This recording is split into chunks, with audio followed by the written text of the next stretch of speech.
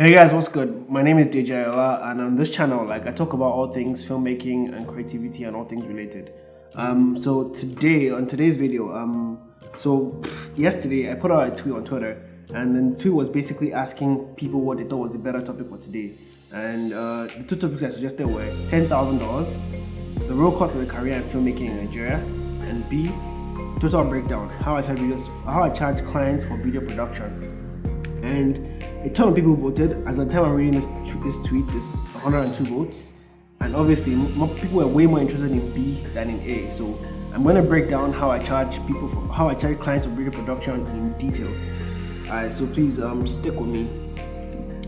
Alright, okay, so when I first started this journey, I didn't have a standard way to charge clients. I was charging people haphazardly.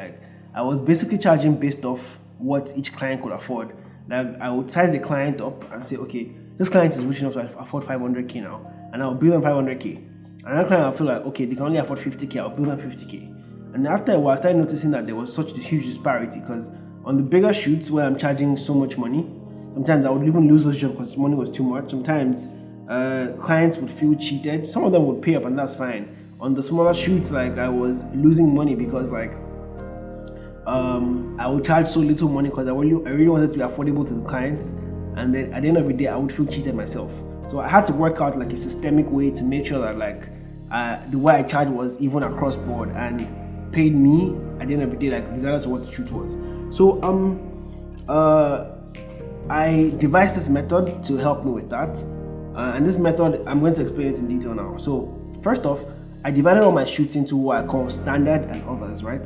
So for me, a standard shoot is a shoot where these are the parameters of a standard shoot. Number one, it requires me and a maximum of one other person, so that the entire crew is just two people, right? It requires gear that I primarily have. So even if I need to rent stuff, what I'm renting is minimal most of the time. And then for me, a standard shoot also is usually done in a day, maybe two max, but a day for most of my shoots. I think I've only done a standard shoot for 2 days once or something like that.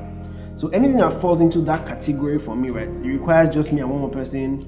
That means that everything I've been doing with just the two of us, mostly gear that I have, there's barely any rental, all falls into standard. And I've realized over the last couple of months that most of my shoots fell into this. I mean, clients always want a range of things, right? But when I'm shooting, covering a client's podcast, or I'm making a short ad for a client, or a very short documentary for a client, it usually falls into this standard.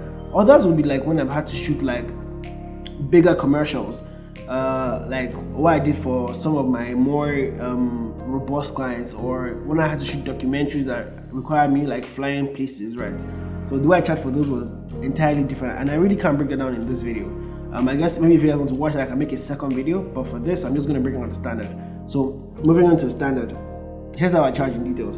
First thing I charge for is production, and for me, production charge is me covering the cost of myself being there, because I'm a valuable person and my time is going to be spent on the day of the shoot. Me covering cost of things of gear I own, so my camera, my monitor, my lenses, my lights, my gimbal, my microphone, whatever it is I have to take to the shoots, all goes into my production charge. And I'm not going to quote in the exact amount that I charge, obviously, but for me, I divide my production charge into two things, right? So I charge my clients whether it's based on if the shoot is a full day shoot or a half day shoot. So a half day shoot is just basically half of my standard production charge. So a half day shoot is anything that takes between 0 and 4 hours from setup to finish, right? So there's some shoots that really are not that cumbersome, right? So if it takes 0 to 4 hours setup to finish, if I had to go and shoot maybe a client was surprising his wedding, his babe with an engagement ring, but that will all be a half day shoot. So setup to finish will be really fast. And then a full day shoot is anything that takes above 4 hours. So it can be 4 to all the way to 12 hours. I consider a full day shoot. Yeah, some shoots take that long. So for me, my production charge generally, I think I've been doing this for about 8 months now, and generally it has been between maybe 40k and 100k depending on the job, or depending on the period we're looking at. But yeah, so if 100k was a full production charge, like half of that to be for a half day, and that'll be 50k. I just give myself away. Anyways, I'll be showing you guys an actual invoice I sent to a client after all of this is done, so that you can see what the invoice looks like, and you can like see all the steps that I mentioned and how I put them into the invoice. I'll also share with you like the invoice app I use. Okay, moving forward. So next thing I charge for is a production assistant. And I think this is really key for me because I don't go to shoots alone. I've learned over time that like any shoot you try to do alone, you probably will mess it up, right? It is important to learn as an entrepreneur that like your strength isn't to do everything. Like you should learn to delegate work that somebody else can handle while you handle the stuff you're strong in. So I don't go to any shoot alone. I always take a production assistant along with me. And that person's job can range from, maybe like handling audio entirely, because I don't record audio and video in the same I don't record audio directly to my camera. That person's job might be handling the camera itself while I ask the interviewee questions. It can be a ton of things. And for me, like what I charge for my production assistant usually ranges depending on what me and the person have agreed. So I can't really give you guys a range for that. Next up is rental. So I charge all rental costs directly to the client, right? Sometimes on some shoots I need extra lights, so all that cost goes straight to the client. On some shoots I need extra microphones, all that cost goes straight to the clients. Anything extra that I need that I don't own goes straight to the client, right? Okay. Next up is editing and post-production. So editing and post-production is basically everything that happens after I'm done with the shoot. It's after I'm done with production. And for me, I've come to, I now charge based on how many days it will take me to edit the entire project, right? So I look at the project but before the shoot, I like visualize like, okay, this is what the shoot is going to be, so this is how rigorous editing is going to be, and then I come up with a daily charge for the edit. So that price has also ranged generally. Sometimes I think at some point it was like maybe 10k a day. Some point like when I was really feeling myself, it was like 30k a day. So depending, something around there. But right now, somewhere in the middle of that. So if I'm charging 2 days, just a month, it's just multiplying that times 2, 3 days. If you need to take an entire week, if the process is really cumbersome, right? Because in a day, like you can have 7 hours of footage. I charge even more for that. So basically per day, I pick a standard price and just multiply it. Next up is logistics. So for logistics, like sometimes with some shoots, like they're just in places that are really, really far away, right? Sometimes I've had to go all the way to like Ring Road to shoot, and I live in a Colaba. I don't know if you guys know about it well, but that's quite a distance. So like I charge that cost directly to the clients.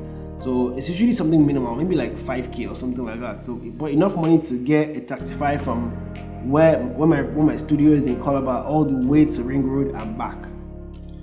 So next up is storage, and I think this is something that's really, really important for filmmakers to charge for.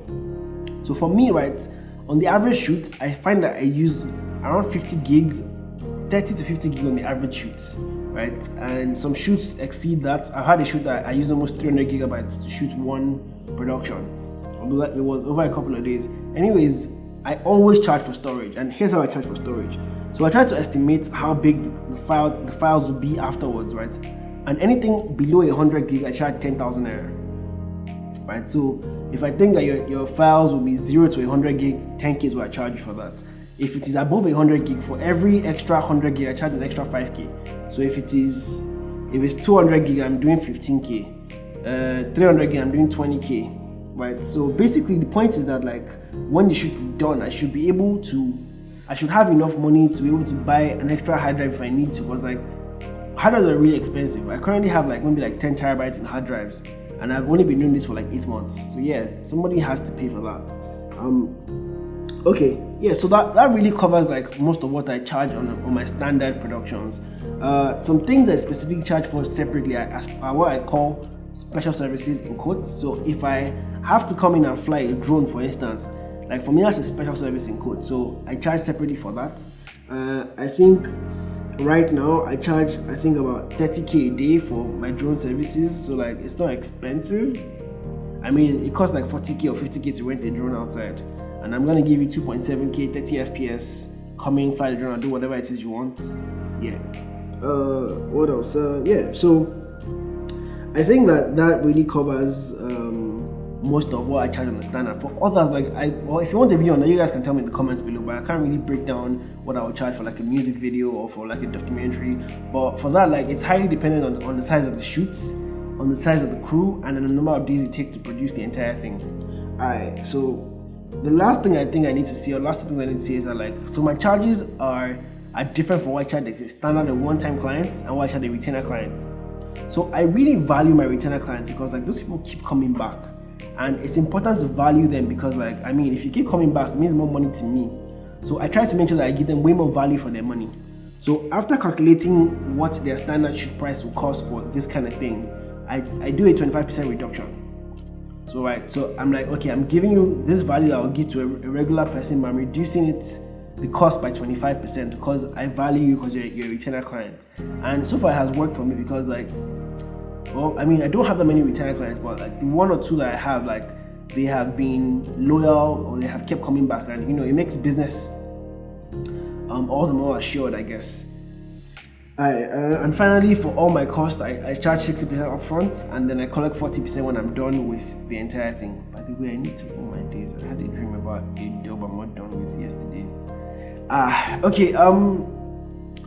So quickly, I'm going to show you guys what one of my invoices looks like. So obviously, I'm not showing you who the invoice itself is billed to, which is why I have struck the name of that person out. So like I said earlier, first off is my general production cost, like I just mentioned earlier, and you can see how I charge for all of that there. So this is for a full day shoot, straightforward. My production assistant, again, I told you, depending on how much another person has negotiated, so you can see that price there also. So in the case of this shoot, I think it was for my client wanted to make an online class. I think he was making 10 episodes for an online series where he was just basically talking to the camera, right? So I didn't want to use a lapel because I didn't want anything obstructing the client. So I rented a boom mic for that particular shoot. So boom, so immediately rental cost for the boom mic. Editing and post-production, I think I estimated that it would take me around 3 days to edit. So like I said before, 15K times 3, so this should have been 45. I cheated myself. Okay, alright, and then logistics, like I said earlier, and then finally storage. Yeah, it was a really big shoot, man. We used a lot of space, so that's why storage was that much. Alright, so yeah, that's how I charge for a shoot. Thankfully, this client has paid me, so I sent him a receipt. Oh, guys, as your plug, I would tell you that for freelancers, that this app, I think the app is called Wave, is a great app to use for your invoicing because it lets you keep everything in one place. I'll leave a link to it below if you guys want to use it too. Yeah, so that is a total breakdown of how I charge clients for shoots. I hope you guys enjoyed this video and I hope it has been useful to you. I know it's kind of long, but I hope you learned something from it. If you like it, please don't forget to leave a thumbs up, and subscribe please, I beg. Now my host will be this. Okay boy. Alright, safe. Bye.